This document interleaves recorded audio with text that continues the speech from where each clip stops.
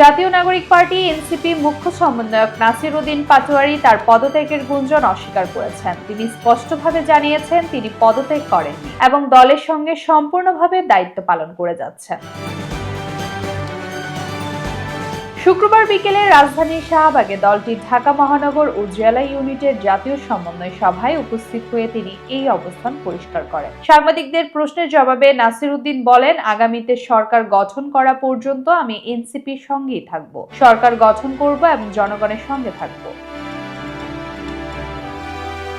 বৃহস্পতিবার রাতে একটি প্রধান গণমাধ্যমে তার পদত্যাগের খবর প্রকাশিত হলে রাজনৈতিক অঙ্গনে তৈরি হয় আলোচনার ঝড়। সেই প্রতিবেদনে দাবি করা হয় স্থানীয় সরকার উপদেষ্টা আসিফ মাহমুদ সজীব ভুঁইয়াকে তার পদে বসানোর উদ্যোগে অভিমানে তিনি পদত্যাগপত্র জমা দিয়েছেন এবং দলীয় অনুষ্ঠানে অংশ নিচ্ছেন না। তবে এই তথ্য ভিত্তিহীন বলে আখ্যায়িত করেছেন তিনি।